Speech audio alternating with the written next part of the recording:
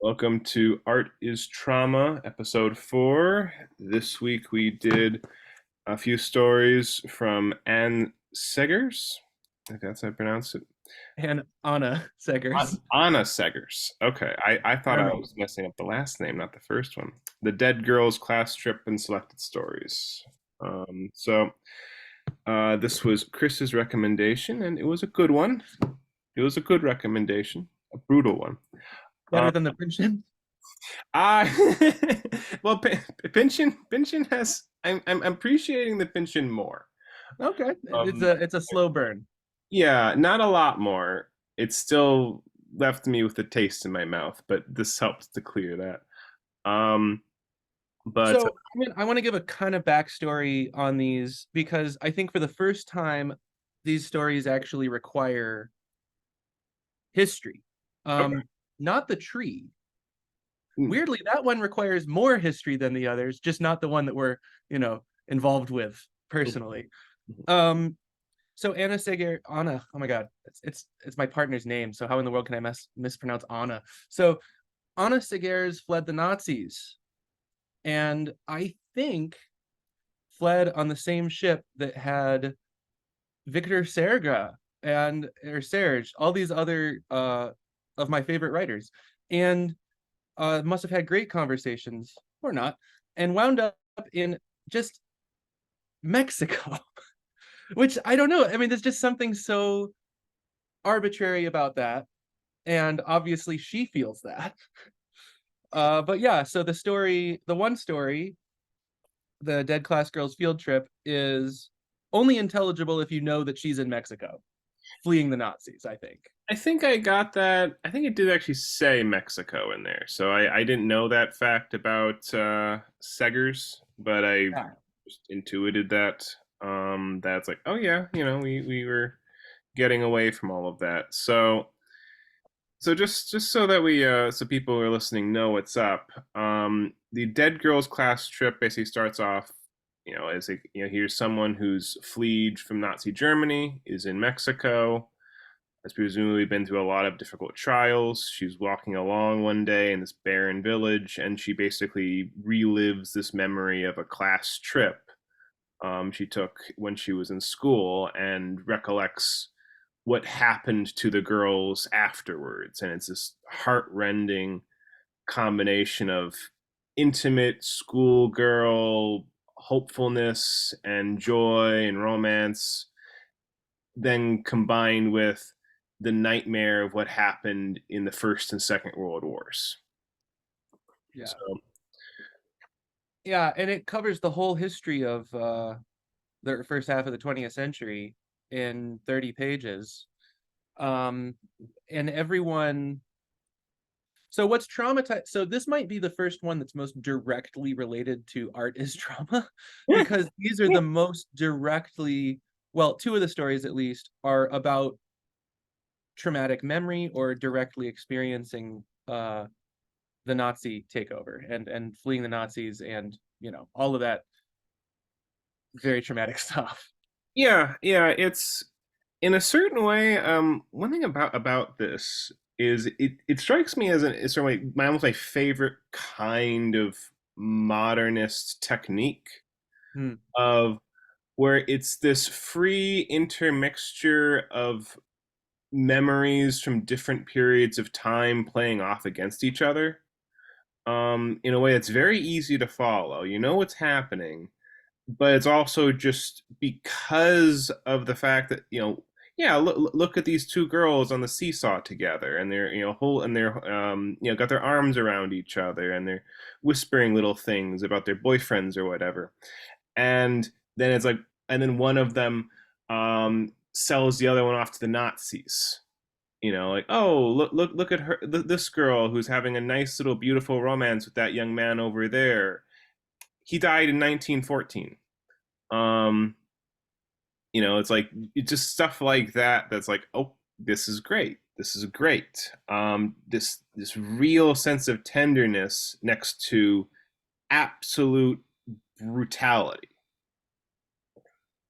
Yeah, I think that that's a great description of her work and how she fits into the writers of the 30s. I would also say that what I like most about her is beautiful classical form. I mean, it's a weird thing to say because we're talking about what seems like a very topical story.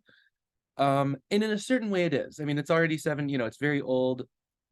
It happened a long time ago, but the form of it, the foreshadowing, just kind of the basic meat and potatoes literary technique that goes into these stories reminds me of Akutagawa's Control, where Akutagawa has this just perfect control of devices.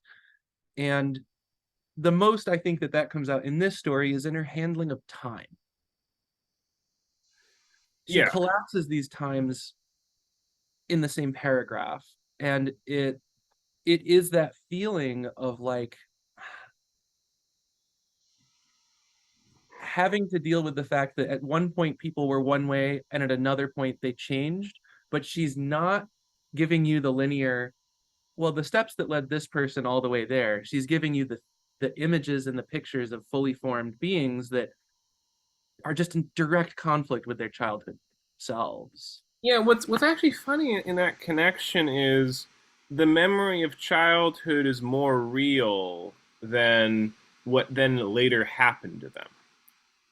Um, Mm, like there's as in what you're presented with concretely is just the little interactions and intimacies and fun, and then it's well, it's given like the little epilogue lines at the end of certain movies of like, yeah, oh yes, and she went off and starved in a concentration camp, um, which is, I mean, it would be, you could write this in a way that it was funny because of how strong the contrasts are.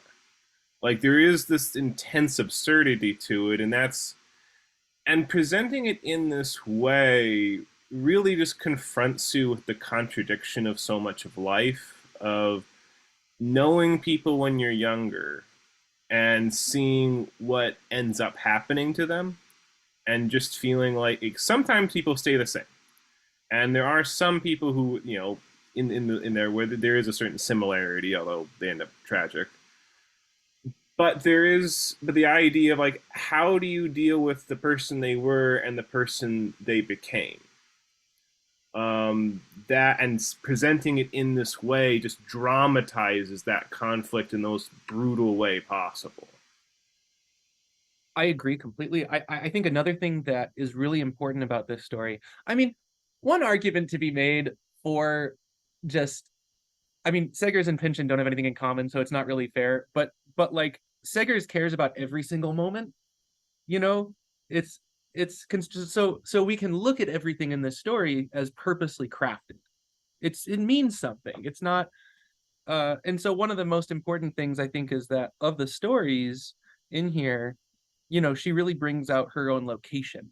Like she's in Mexico, which is, I think I got the impression that there was obviously like boredom and trauma, but also kind of like the humor of it being the most random place to possibly be. I mean, there's like, yeah, here I am in this desert, which has nothing about my home to it. And there's something kind of like, I'm not sure. What do you think about the setting? How does that add or take away, or what does it do for you?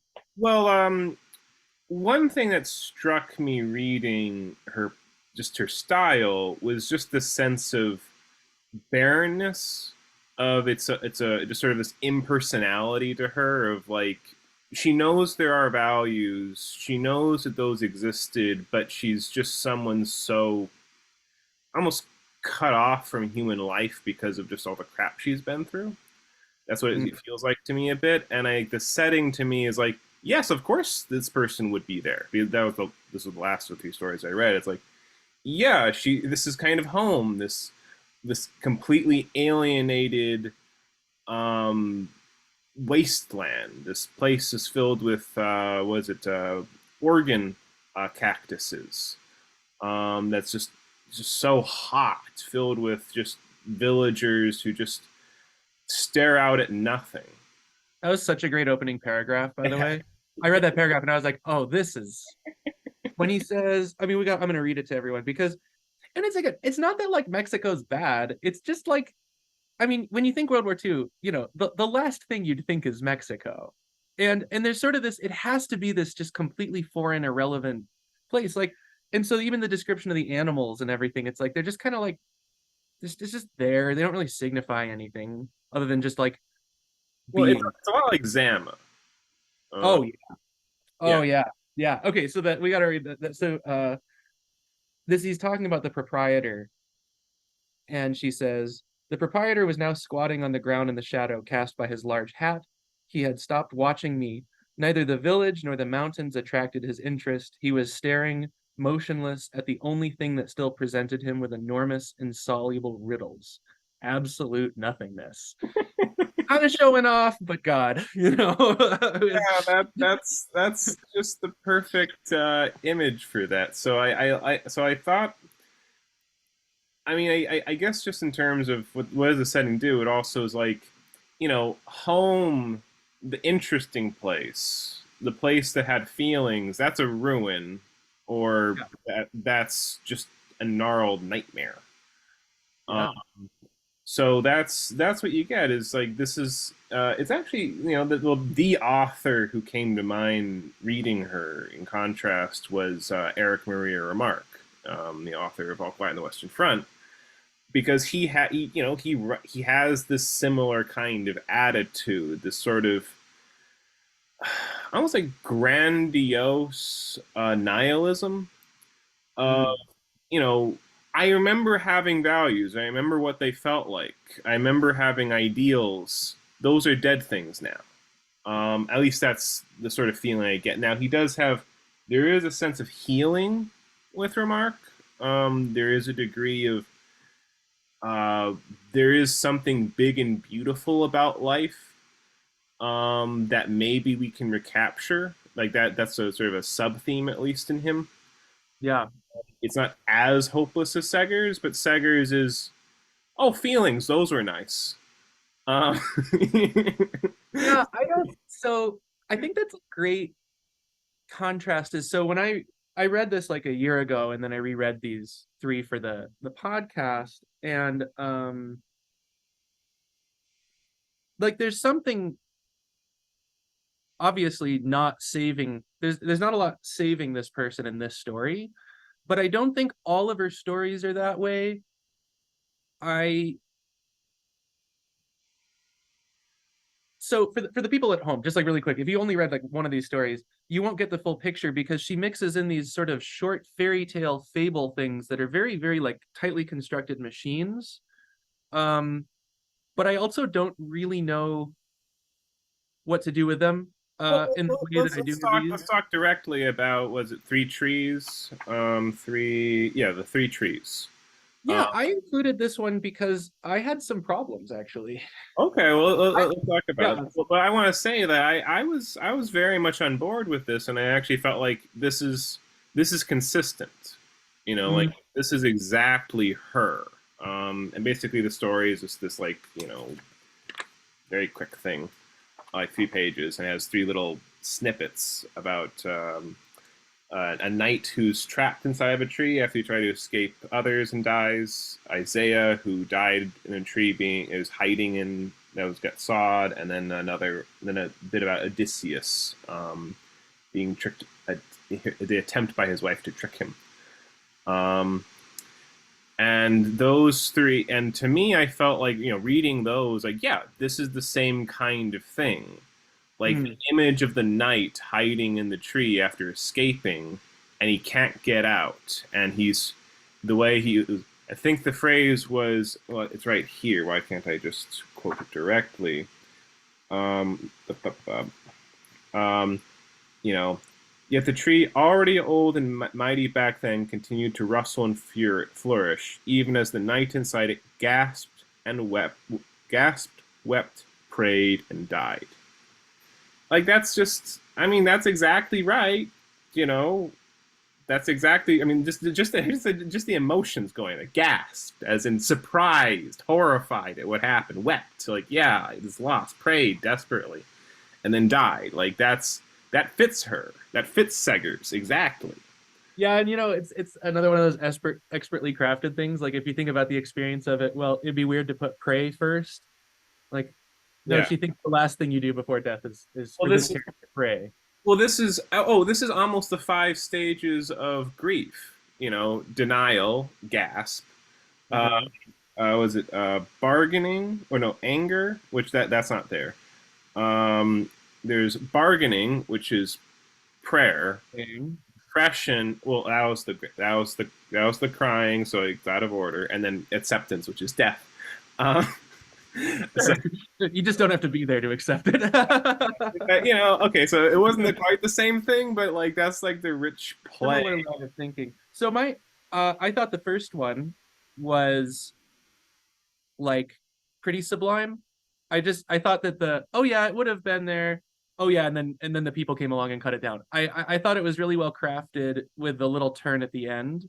Um, and I thought the third one, I feel like you could write a book on the third one. Like there's so much going on. Yeah, there And the really second one was. was the only one where I was like, oh, I don't know. I don't know. The second one didn't do it for me. Yeah, the second one of Isaiah, you know, here's this great prophet who's done all these great things, and he stops getting the voices of God, and then he becomes a coward, and because of that, just dies in a very stupid way. That didn't really do it for me either. Like there should have been a little bit more of a sense of what it was like for in this imagined situation of him losing touch with his God. Like Mm, there'd been a little more psychology about all of the certainties I once had are shaken. Um, then that would have felt. Then I would have. It would have made the sort of cowardly death he had believable and maybe even sympathetic. Um, and that it feels like she could have done that like just fine. But let's just mention about the third one, which is basically like Odysseus. He's captured. He's finally gotten back after many years of wandering. And his wife, does a little trick, which is famous of like, let's move your bed down to by the fire, and he's like, no, no, my bed's built into the ground. It's out of a stump in the ground. There's no moving that, as you very well know. Good test, wife. Um, yes. um, and but like, there's this beautiful moment, like just at the beginning of the story, which I really loved. Of let's see, what was it? Yeah. Um, Okay, this is a little bit of a long passage, but let's just do it. How quiet the house was. Now everything inside his head faded away. The music at the wedding, when Achilles, who died long outside the gates of Troy, was conceived, the argument between the goddesses, the horns that blew for war, the battles outside Troy, the lamentation in the streets of the conquered city, the song of the sirens, the bellowing of the cyclopses, the grunting of his bewitched companions, the stringed music of the lyres, and the constant accompanying it all, the turbulent sea. How terrible the stillness now! Before, even if you had fearsome gods against you, or at least together in a world with gods, now everything was silent. And it's like that's a beautiful image. It's like it's so much better. Yeah. Even when the turbulent sea, even the cyclops is groaning, as long as you're in a world with gods, that's better than the silence now facing him. It's like, oh, there's no more Oh, drama, there's no more grand crisis, there's no more of the world caring about you, at least in a negative sense. That's just great. That's just great. I I think it's great. I also think it's sort of like I mean 1940, it's like it's the writing of a person who like has an intimate knowledge of complex PTSD. I mean, that's not really relevant too much to literature in a certain sense, but like, it's like, oh my God, the hurly burly goes and goes until it doesn't, and then you have to deal with that absence. And dealing with that absence could be like the title of this book, dealing with that absence of the event, and the event is never obviously it's not good in the real. It's a World War II, but it's something that psychologically we have to deal with when the music stops, or at least the when we know the event's over, I think that's a through line from that Odysseus one back to the classroom, the dead girls field trip. Yeah, because both of them are, well, even in the Lord's Prayer, which is, like there's nothing. It's there's no framing device for that. It's just being told to you. But the Yeah, way it's just talked about in this, I think third person past description just gives it this really just strong sense of, yeah, this thing that was utterly horrible that happened to me and us. Like it has that same sense of being looked at from a distance. Which like it does, but it also. Oh, by the way, just for everyone here, my first favorite story of all time is the Akutagawa Hell Screen. I'm just gonna say I think that's my favorite story. This might be my second favorite. Is the Lord's Prayer. oh, really? I I thought it was a screaming story. I thought the whole story just sort of made sounds at me the whole time and was so evocative and sustained that feeling somehow through the whole thing. That one for me, this was my favorite of the three stories. Now, why? Like more specifically, why did it hit you so hard? I liked it too. It just and I can see sort of some of it, but what specifically? So the way she deals with sound, and I think this is where my personal background as a musician comes in here, because she deals with sound in such a specific, experienceable way. So, for example, on page 82, suddenly there is a deathly silence, a silence like a bulwark surrounding the song. We pull ourselves together and move our jaws. We have so little saliva in our mouths that it's hard to sing. The stillness explodes. And I think it's great. Just the it sort of makes a geography of the sound, right? Like you have this inside outside, and it also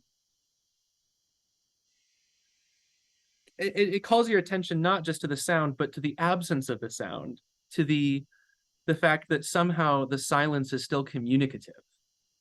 Yeah, yeah, it's that's an experience in my life which is just odd to get a sense of is like how much sound speaks in different situations. A more funny version of this, I remember having an interview once. The first part of the interview was great, really lively, but the second one, the conversation just wouldn't get off the ground in a meaningful way. So whenever I was saying, they asked me a question, at a certain point, I had had very little to say, and I was just trying to stretch my words, and I realized, no, I'm not trying to express ideas right now. I'm trying to suffocate silence. Um, it's this expanding, boring thing that's going to destroy me, the silence. Oh I yeah. build rapport. I don't know if I'd react the same way to that situation, but I think it's a very natural thing to be struggling against the silence. Yeah, and that's similar here. Like, there's just this, there's those moments of silence that are just like so pregnant. Yeah, and like all the way that sound is described, even in small things. So I mean, at the top of the page, behind me, someone growled, and the dichotomy of the violence being done versus that they're saying the Lord's Prayer. And I would totally not mind if someone was like, I didn't like the story because I thought it was a little too much, like too obvious between the Lord. Like that's a little on the nose. And I go, I actually would agree that that is a little on the nose. And yet it's a prayer. I don't know. It worked. It did it for me. No, It I get word. really hit me. I'm sorry, dear audience, that we didn't explain. It's basically just people being rounded up by the Nazis, and for some God knows what reason, they're being told to do the Lord's Prayer. It's because they're Jewish.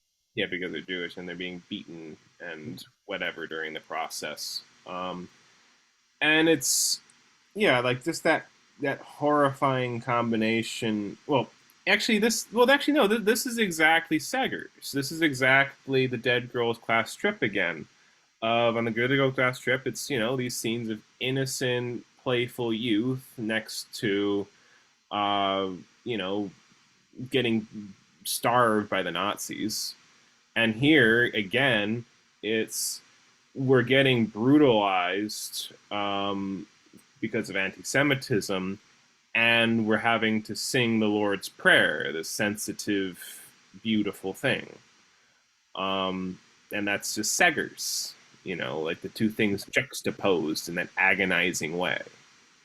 Yeah, it's sort of like she's like the opposite of writers like Colette. So like I often talk about writers and music as having soft or hard edges.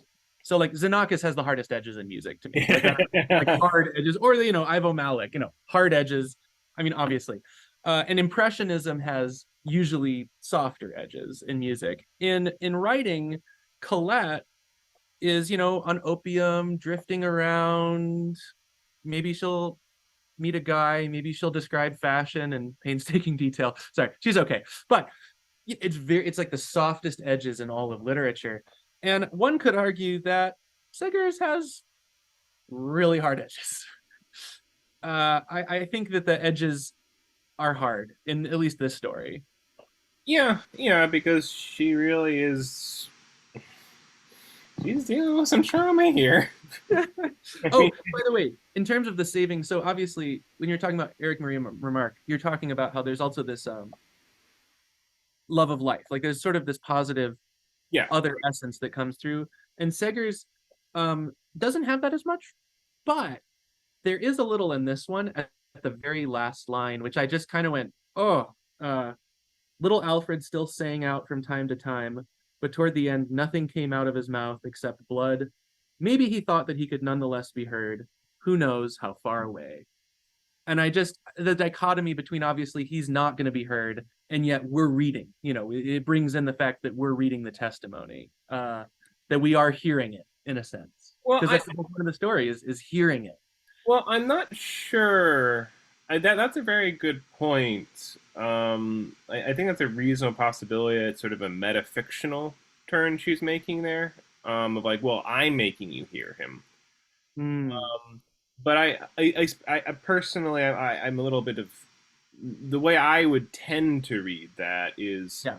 more of just a symbol of impotence. Of like, no, he's really just dying there with blood in his mouth. Um, he's really just poor little Alfred, that no one can hear, and the fact that he's trying to do that is just heart wrenching. Um, so I don't get that sense of like a positive edge to that, in part because just her whole manner isn't that way. Like Hmm. she's not. One thing is that she's not upset at the Nazis. She certainly judges them. She's really, in a sense, this is horrifying and monsters. That's just obvious. But she's not getting like Ray personally. out of context. Ray thinks that the Jewish writer is not obsessed with the Nazi. Cancel Ray. No, I'm just kidding. I keep going. There you go. Yeah, I interrupted you. Keep going. Sorry. Um, but she's not angry. Like I don't hear anger in Hmm. her voice in that way. It's more just, yeah, these unspeakably horrifying things happen to us. I'm just telling you. Um, like that's so I don't. If there had been more of a sense of anger in it, maybe I would find your interpretation more believable. That it's like, oh well, I'm showing you. Like I'm actually making this into his dim little whisper into a clarion call for justice. Um, but I I'm not getting that given just the sort of the more resigned attitude she has. Um, Yeah, I think another thing I can see your reading on that. I can also see like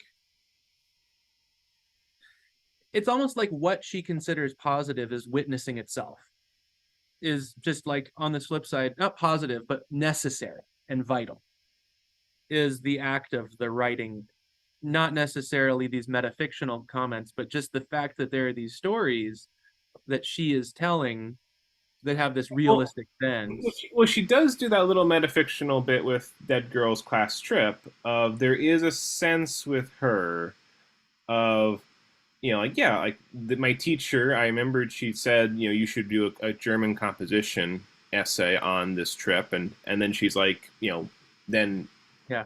she remembers, and then in her real life, she's like, oh, well, I will actually do that. I will actually talk about these memories and these feelings and experiences I just had. I will do my German composition now, and that's what the Dead Girls Class Trip is the result of that, and it's a really clever turn. So there is a sense of she really values the creative act. She thinks that's worthwhile doing. It's not just puttering about. And actually, Akutagawa in his work Life of a Stupid Man, where it's just a collection of little aphorisms almost and snippets. He's asked by a student, "Do you have the will to live?" And he says, "No, but I have the will to create." And that to me just strikes me as very Seghers. Like, Yeah. I don't have the feeling she cares for living anymore, but she does want to put it all down on paper. Um, That kind of fits with the other I read a novel of hers, In Transit, which is another sort of like witness novel where it captures the confusion in Marseille when people are trying to leave the continent of Europe at the beginning of the war, and how it becomes a Kafkaesque, oh no, to get this visa you have to go to station B. Oh, but B burnt down. Sorry, you can't leave. Or stuff like, like, oh, you have to go, well then you have to go back and apply for another, and you get into this nightmare where you never can leave. But the wild effect is that it's rather calm because they're like, yeah, well, we're not getting out. And then suddenly not, where it's like, oh my God, we have to get out right now. We have the visas.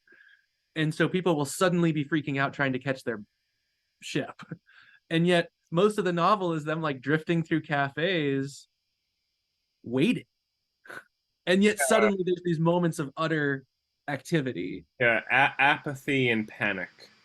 Um, Yeah. And that does fit with the, juxtaposing to completely not solvable things like the Lord's Prayer with the violence, which can't fit together, with the boredom and sort of peacefulness of Marseille mixed with these moments of, oh yeah, we're in a war, we have to get out. And maybe that's sort of her thing, is that juxtaposition. yeah, I'm just thinking, like, the only. I remember one of the great aesthetic experiences of my life was reading Zola's Germinal. It's a very flawed book, but the climax of it, to me, what I loved about it so much was the fact that every emotion was happening all at once. Like horror and disgust and fury and tenderness and yearning and terror and happiness and I mean just like you'll have literally the most tender feelings imaginable, like things I didn't even know one could feel next to just visceral disgust. Um, Yeah. and it's like I love that kind of combination. I love it when it's like, which emotion do you want? Yes, I want all of them. Um, and that's like that's a big part of what she's doing. Actually, oh, just as a funny thing though, I have to mention is the whole trick of that girl's class trip. Woody Allen did do this in Annie Hall in one of the scenes where he's like, it's for some reason he's like in a classroom at Woody Allen. He's like, God, what if like we knew exactly what all of our classmates were going to do back when we were like, 6 years old. And Oh, I remember this scene. Yeah, yeah, keep going, keep going. and it was just like it was really funny because like one boy says, "Oh, I'm gonna go and own a car dealership." And was, "Oh, I'm gonna become a heroin addict and die in a ditch." Oh, yeah. And the girl said, I actually resent Woody Allen for having this little girl say this on camera. Like it's Uh-huh. terrible, but he had one little girl say, "I like leather." Oh, yeah. Like that's like Oh, it's so perfect. Oh my God. yeah, like I that like, was that was wrong. oh, Woody. Oh, by the way, And in that line, it's funny that your example is much better than mine because yours is sort of a further progression. I was thinking of the end of Animal Farm, where at the end of Animal Farm, it has the end credits and it shows what happens to everyone. And instead of them speaking it, because the thing that's great about the Woody Allen thing is he has them say it. And the Woody Allen, it's just comments below. But, it's just these funny, later died in it, would go on to become president of the fraternity. These like little funny things. I wonder if that's where Woody Allen got that, actually. Yeah, Doesn't matter. It's I brilliant think when he it's a does it. reasonable. Woody Allen's a clever enough guy to come up with that on his own. Um, Yeah. I'm just gonna give him credit. But yeah, um, but it's just funny to see like the same like idea. Here, Seghers used in the gut wrenching tragedy, and in Woody Allen is just absolute farce. Yeah. Like a joke. Like there's nothing. It's very very funny seeing seeing these kids say that stuff. Although somewhat, I do resent him for having little girls say that. Yeah. Well, actually, if you think about it, that's sort of the selection. Like, like that would be there as I mean, you kind of mentioned that, the Dead Girls Class Trip, you could rewrite it and Yeah, it'd be funny if you just told different kids stories yeah, or yeah, selected for different events, basically. yeah, yeah. Let's see. Among like the particular girls and boys Uh, that we meet in this, was there any one in particular that stood out to you as like? no. I like how that says a lot. Oh, well, okay, so we've done a lot of good positive, like, she's a great writer, obviously, everything's fine. Here's where I'm gonna go a little bit more. Um, I think that these are event writings and not character writings for me. And I wonder the Dead Girls Class Trip wasn't I think it's sort of a massive story, like it's oh wow, that was a lot. But I also think it might have been maybe a little flawed. I don't know. I mean, it wasn't perfect to me, Yeah, it actually. was. There were flaws. One major flaw for me was it should have been edited down. I do think she repeated herself more than once, and not in a rhythmic way that makes a certain point like just emphasized more. It was more like, okay, yeah, we know exactly how the girl died. Why are you mentioning this again? There's no special turn to it, or even as a summary. It's like, no, we're finished with this bit. And if you look also to give you further points, you just pages and pages of events and description with no dialogue. It became a little flat, I think. Yeah, it was a bit. One problem is also becoming a bit predictable in that way of it's like, oh, okay, we're meeting this other little girl. Okay, what happened to her? Like we know it's like that. I'm I think it's okay, like it's okay to like use your gimmick, but there wasn't enough variety there, and I didn't feel like it was ramping up in terms of tragedy. I actually feel in a certain way it's sort of almost like blew its load at the beginning with like the very first little girl, like Lenny, I think, Yeah. and it was just like, yeah, she, like Nettie. yeah, and like the way she had that line in her forehead, and I was yeah, that must have been the line she had when her husband was picked up by the Gestapo, and when she was arrested for not confessing about him, and then she must have been there when she was starving to death, in a concentration. It's like, okay, it doesn't get worse than this. Like it doesn't like I don't like there's other ones that are bad or Mm-hmm. terribly, but that's still like, yeah, we're on the tops here, guys. Um, so I Oh, don't, but you were right. It was Lenny. It yeah, was Lenny. yeah.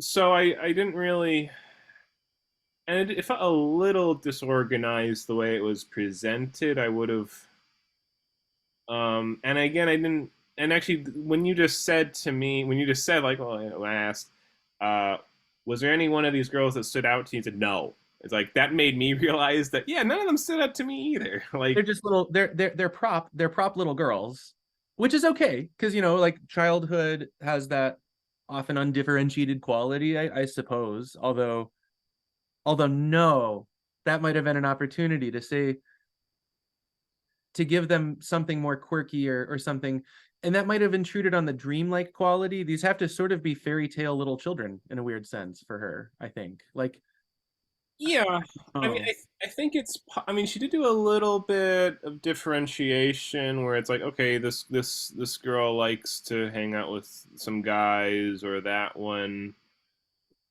Well, actually, no, that's really the only thing. Was one of them was like that, but there really wasn't any more characterization beyond. I mean, like the teacher, I think had a little more characterization with the way she moved like a duck. With the yeah, the like, teacher was more of a character for sure. yeah, and like that was a very I liked that a lot on the grounds that the way she had I think she's literally described as having a limp and a big bottom, which made it seem like a duck-like walk. And to me, it was like, yeah, I remember as a kid, like the way certain teachers moved or certain adults moved, it had that something like that quality, this sort of not decrepit, but just sort of gawky awkwardness to it that looked like that. Like it put me, it gave me an aspect of childhood and interacting with adults that I hadn't ever thought about, just period. So I thought that was a great detail. Just I wish there was more of that. Yeah, and I also don't want to like again sometimes like I want to be careful about the level of critique. I'm not this isn't like a freshman literature person. There's humanity imbued at every stage. Yeah, But it's through her style. She's a very human writer in a lot of sense. Like her voice, Anna Seghers' voice as a subject, not as a character, but as a subject, is always there. The problem, I think, the problem for me, if I boil it all down in the Dead Girls Class Trip, which I did not have in the Odysseus short story, I thought that was perfect. Um, maybe, I mean, I don't know. Maybe there's a problem with longer forms here, but we'll get to that. I think that the biggest problem for me about the Dead Glass Girls field trip is that, okay, everyone's different as kids as they become adults. But if they're kids in the way that she portrays them as somewhat undifferentiated, oh, just innocent kids, there's a sort of sense that you're losing less than if they were fully formed characters and didn't, like this person wasn't just a nice kid, they were mischievous or more specific qualities, then the later betrayals would have actually hit a little harder. yeah, yeah. That's right. And I can think about like when I think about just elementary school and just some of the kids that I knew. Actually, now I'm thinking about it, it's a little hard to differentiate people. Yeah, But maybe there's a point in there to her credit yeah, actually.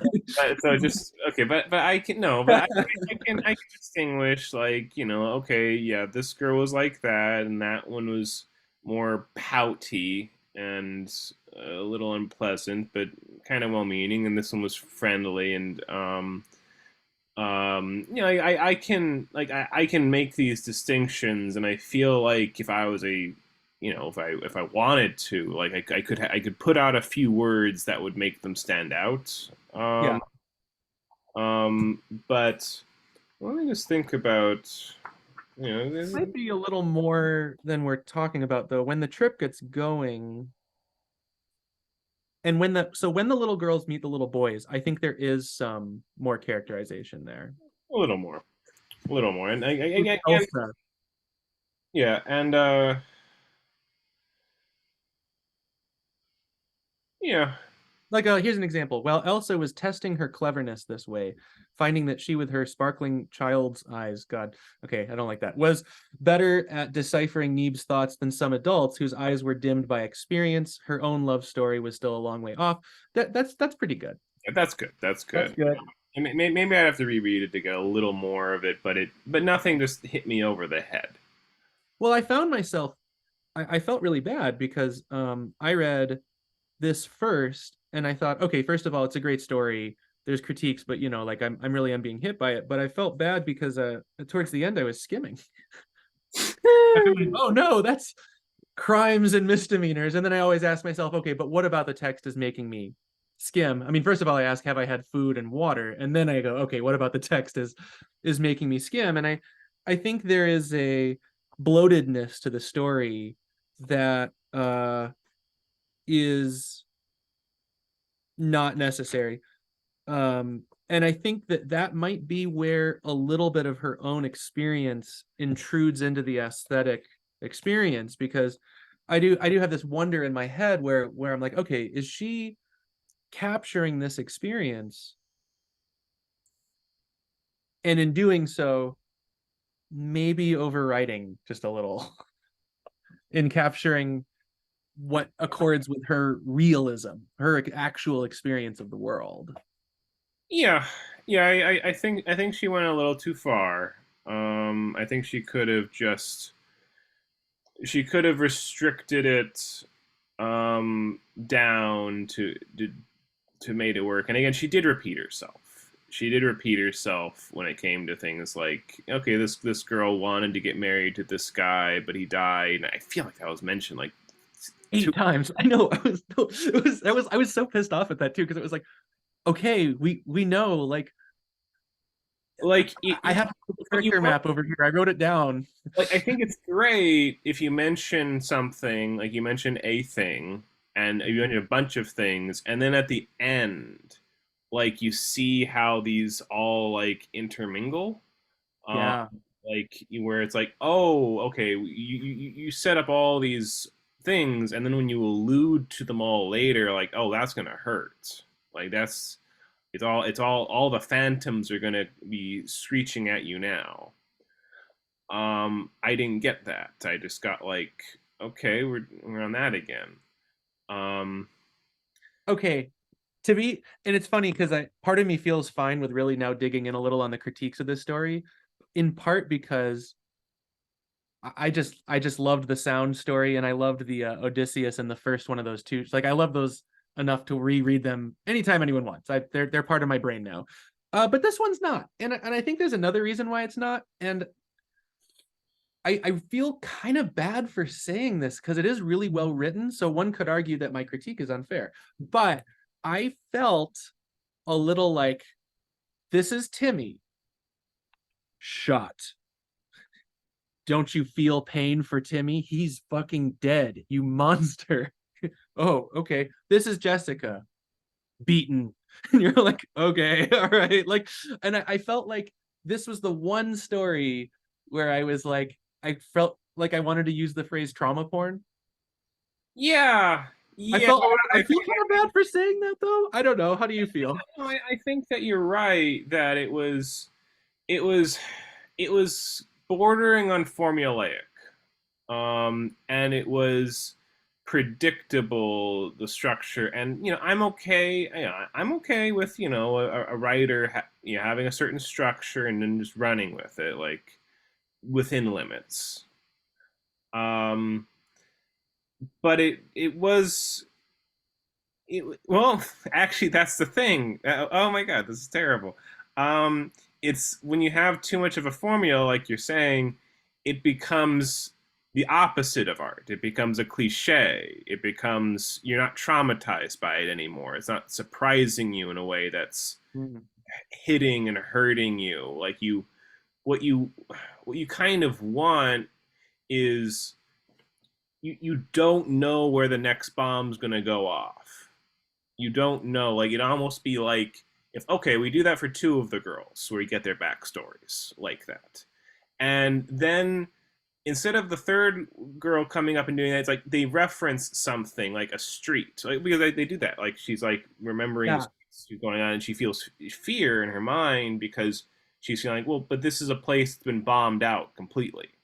That was a fresh way of like showing like the trauma, like this the geography has been obliterated, and you feel fear when you remember it because this is a ruin now. I've seen the ruin, Yeah. and like that's a new way to contrast your memory with the actual.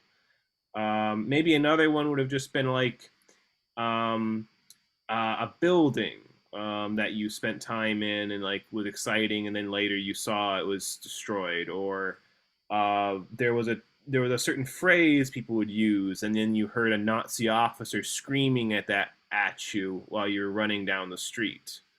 Um, like there's just ways in which the memories have been tainted on more than just at the characterological level. Mm, That would have been surprising. Like you're waiting for the next hit of trauma, but you don't know, is this going to come from a character? Is it going to come from a random phrase? Is it going to come from the menu item? mm. From a smell? Um, it's like you have this your memory is a minefield at that point. Yeah. Yeah. I think that like I think another point that kind of is a little too it goes with what we're talking about where it became a little formulaic is like like the idea of a ship as civilization is like a common like literature 101. Often a ship is a symbol of civilization. And I think like I thought I'd really like it. Like the first half I was like, oh, they're getting on a boat. And then I was like, of course they're getting on a boat. Destiny. And I thought it was just a little over. I thought it was like you're trying to capture this more idyllic time. And I think like I almost want to make the argument that the better version of this story would have been that that idyllic time is a lost fantasy. And she tries to make it with the dream of it, but I wish there was some interplay of something to destabilize more the childhood time. Or would that ruin it? I don't know. What do you think? I mean, I think that sounds fine, but it's not what she's trying to say. I don't like that Yeah. doesn't fit with her sense of life as I'm reading it. Of Seghers just feels like there really was something good and beautiful about life back then. Like the nostalgia is legitimate, and Mm, there's even a sense that if life had turned out differently, if there's a little bit of that of like if King Wilhelm hadn't been such a dick, um, then he could then like she would have gotten married to that boy, and she would have become a better human being and more just through his influence. And like there is a dim possibility of better. Um, that it didn't that it wasn't fated to be like that even. So it's not just that the past was really great, it's that the future could have been better. um so I'm and, writing down the phrase you said, a dim possibility of better. That's just very nice. Yeah. Yeah. I think that characterizes it. Great. Yeah. Beautiful. Yeah. Yeah. A dim possibility of better, which really gets me to go, wait a minute. Are we making all these critiques because all of this would have been solved if the bloat was just cut? Like are these things that problems that only are problems now that it's too long? um I mean, I would say that, I mean, yeah, it's one of those issues of when you have, I don't know what to say. It's like if it had been shorter and all of the good stuff was all there, basically, yeah, we wouldn't. Actually, here's what I should say. Yes, Chris, the story would be a perfect story if we cut out all the bad parts. Yeah. Like that's like, yeah, like we're complaining about the bad parts because they're there. Yeah, okay. But we do see noted. I like occasionally when you get like so far up the theory butthole that I'm like, it was bad. Oh yeah, yeah, it was bad. No, yeah, that was a bad part. Yes, I mean, I'm sorry, I I will forgot. say It was that I will say quality. that if it'd been a little bit shorter, we would be more forgiving of the characterization because then it would have been like, yeah, they should be phantoms because these are the people in your memories that are just flitting by briefly. But if they're gonna stick around, we should have a little more. So there's a legitimate aspect to what you're saying.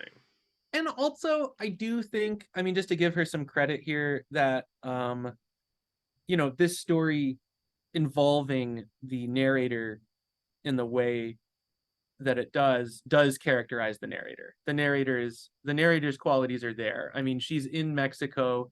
She doesn't say, "Oh, I'm thank God I'm in this oasis" or whatever. There's lots there about how we know how she is positioned in this story as a narrator. Like there is a character there. Yeah, yeah, that's unambiguous. Um, I mean, Well, she, I think I'm good on. I don't actually think I have any. I have some more stuff on the other stories. Do you have anything else on the Dead Girls class trip though to kind of I'll close it just off? say that this is a story that I'll remember. Like it is something that like it just that contrast is something that will stick with me of like, oh yeah, like those memories back then versus now, like this nostalgia theme. Mm-hmm. Um and also I'll say that I just her general vibe her sense of life, like yeah, like it was a good way of expressing that sense of life was great and now I don't feel um, Oh, yeah. um, Yeah. Yeah. Um, do you want to I would love to say a couple more on yeah, go ahead. so the Tree of Odysseus, we mentioned this, but I want to just say again that everything we read earlier when you were talking about how terrible the stillness now about Odysseus, how quiet the house was, and the interactions with the wife characterize them both expertly. I don't think this is a Seghers issue. I don't It's not like, occasionally you read a writer and like, oh, they can't write a character. Uh in those three paragraphs, page 136, you know, I'm right there with Odysseus as Odysseus. Yeah, yeah, like that was there was a reality. Well, his wife Penelope, I don't know, I remember his wife's name, but his wife didn't really stand out to me exactly, but it was Odysseus was just like, yeah, just the way he's like recollecting on the journey, and he's like wondering what's going on in his wife's mind.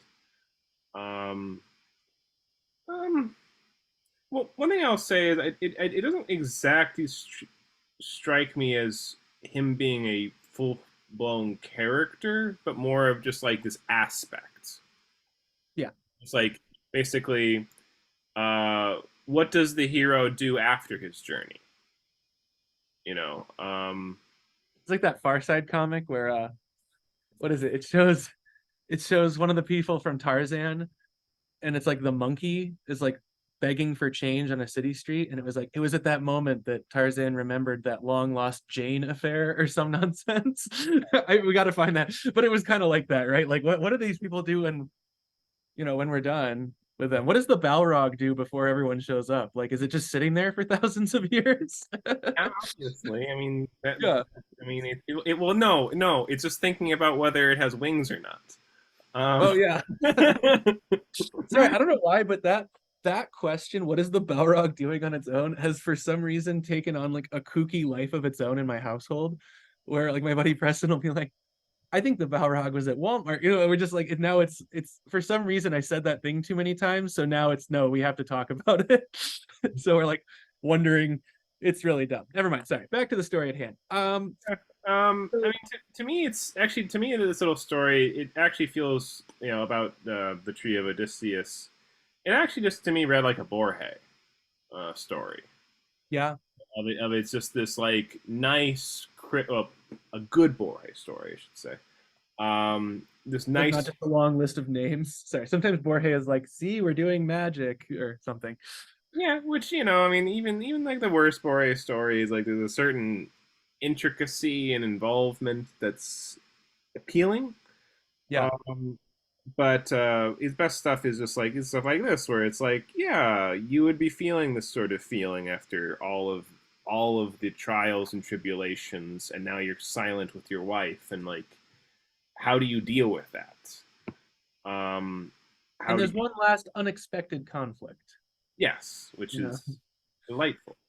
how have I had to figure out who I am? It kind of reminds me, isn't it also in Odyssey when like the dog lives and then he arrives and then dies, right? Like isn't that Yeah, in yeah. the yeah. What happens is actually I forget the exact detail, but like you see Odysseus has landed. He's coming up to his house. He sees his faithful dog Argos dying, just basically in a pit of mud, and he's disguised Odysseus using some magic or whatever. But I think the Oh dog yeah. recognizes him through his scent, and the dog gets to die happily because he's sees his master again one last time. And that was very endearing. It was endearing, and it's funny because the ancient Greek one was more endearing than the most traumatizing one, which was in Futurama. You know, the dog episode. Have you seen that one? It's No, fine if not. I don't think so. You got a Fry's got a dog, and he realizes that the dog is left behind. Like, oh yeah, I wonder what my dog is doing, and they find the dog mummified, and at the end of the episode, he goes, where they're about to unmummify him so we can say goodbye, and he goes, you know what? No, no, no. Let's leave him dead. He probably lived a full life without me.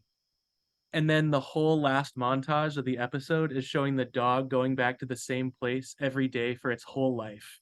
Oh, that's so sad. It's like the worst possible thing I've ever. I mean, it's like it's funny that the Odyssey has a kinder version almost of the dog master paradigm. It's really sad. Um, That's trauma. That's trauma right there. that's yeah. Futurama did that. There's some I episodes you're like, know, I know. Like oh my god. there were some episodes that really hit you in the feels, as our generation likes to say.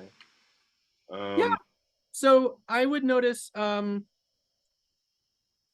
it's kind of funny because a lot of the stuff that I like and don't like about Seghers is very out in the open. It's not hidden problems or hidden likes. So in a weird sense, I've already told you everything I like about the Lord's Prayer. yeah, And what I like about it is kind of simple. It's just executed really well, I think.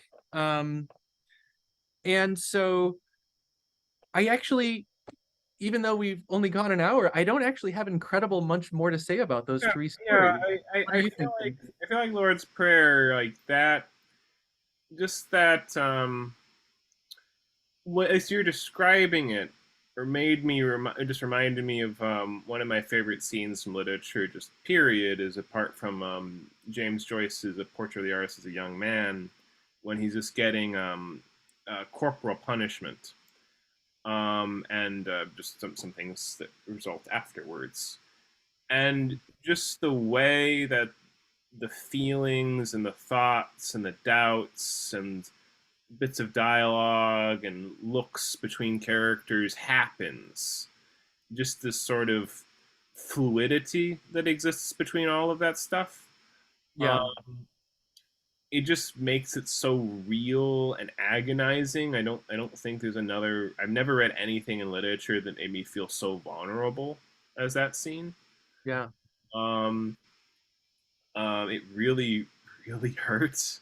yeah, And this is I'm not gonna. I think that scene's way better than this, frankly, than Lord's Prayer. But like I see the comparison there. mm, I see the comparison of like, yeah, like the way like we're all saying this, and people are getting hit behind me, and oh my god, my hands are hurting now because they just hit me too, and now we're even in a tighter combination, and oh now we're saying again, oh, and they're hearing a little whisper over there, like just that just the way it's a series of body blows like that, and the way that like Joyce is able to do that too, is it's great. It's great. Well, I haven't read the Joyce yet because I can't believe I haven't read the Joyce yet, but obviously the Joyce will be read by me soon in Yeah, my life. yeah, yeah, like, That's ridiculous not to have read that. There's yeah, certain ones where it's like, oh, eventually, but there's certain ones where it's like, no, I mean, I have to read that. yeah. Yeah, like Finnegan's Wake. Like I tried the first 30 pages, and I mean it's beautiful. The words. I don't know what the hell it's about, but I like the sounds a lot. Portrait straightforward after you get through the first couple of pages and you get used to the way it's written. It's normal after a little Yeah, while. And Ulysses, well, I'm reading with a guide right now, and it's manageable, and it's worth it. I'm finding. I would love some. That one is not the urgently I'm going to read, but obviously in my life, my desire includes reading Ulysses. Yeah, yeah. So we'll, We'll but do that. yeah, One we'll, more thing though about these stories as a whole though that I wanted to ask. yeah. So obviously she has two types of stories, and I there's a couple in here I haven't read.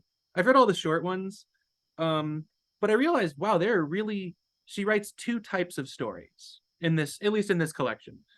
There is the real witnessing stories of what's happened in her life, and then fiction based on that, and then the more Borges style stories.